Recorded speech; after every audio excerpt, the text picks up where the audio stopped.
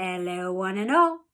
So Father Richard Rohr, I'm with Richie, hear me roar, says that the 12 steps are possibly the best gift from the Western society to spirituality. And I think that he has a great point there.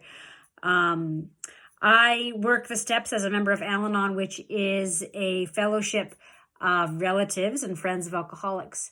And the thing about the 12 steps is that I think it's just every person, no matter what walk of life you've been through, could strongly benefit from working them. And so I thought I'd talk a little bit about my experience with step one. So step one is we admit that we are powerless over, insert what it is there, and that my life had become unmanageable. And I remember the first time I read that step, I felt really uncomfortable and angry, like powerless, unmanageable. It sounds freaking awful.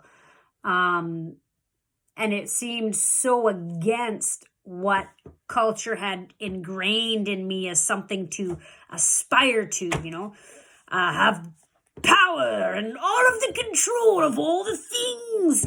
And what, because that's what culture sounds like, I guess. Where the thing that I've ended up realizing and having to unlearn in my life is just this huge illusion of control.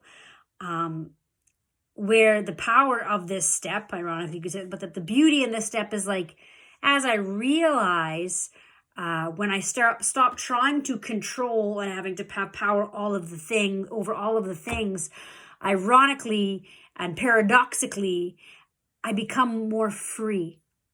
I can relax into living my life and allowing my life to unfold, and I'm able to see the beauty around me like I couldn't before. And I remember the moment I was walking by the river trail and something had happened and I had all of these emotions. I had all the emotions all at one time, and I was exploding and I was just losing my shit. And I called a friend and I just said, I can't manage this. I can't manage these emotions. And my friend said, Sheena, you're not supposed to be able to manage them. That's because they're unmanageable. And for me, that was my first moment where I thought, oh, thank God. I don't have to manage all of these emotions. They can just be. And in fact, when I try to have power over all of the emotions and power over all of the things, ironically, that's when my life becomes unmanageable. And so I finally got an aha moment of the beauty of that step that I have to choose to work every day, that I am powerless over this person, this thing, that thing. And my life had become unmanageable, as in if I try to control this person or this outcome or this thing, and I start like, if only this was okay, then I'd be okay. If only this was happening, then I'd be okay.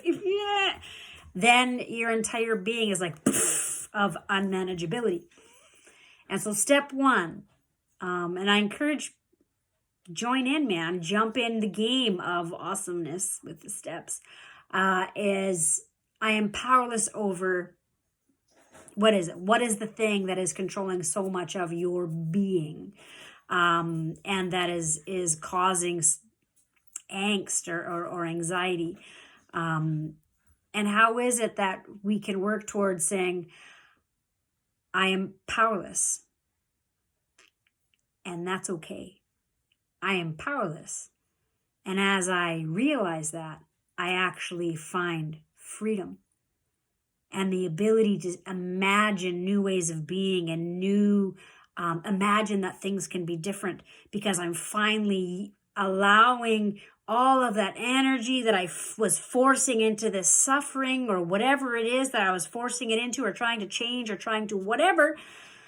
I can finally use that energy into something healing within myself, because what you feed in your life will grow. Where the focus goes, energy flows, and all of those sort of things. So there's my experience with step one. And I thought that I would share that today. Why? I don't know, because I felt like it. So I hope you found it helpful, and I hope you're able to dip your toe into that. And I don't know, whenever, if I feel the, hey man, tune in for step 2 whenever it is that I do that. Grace and peace to you all. God bless.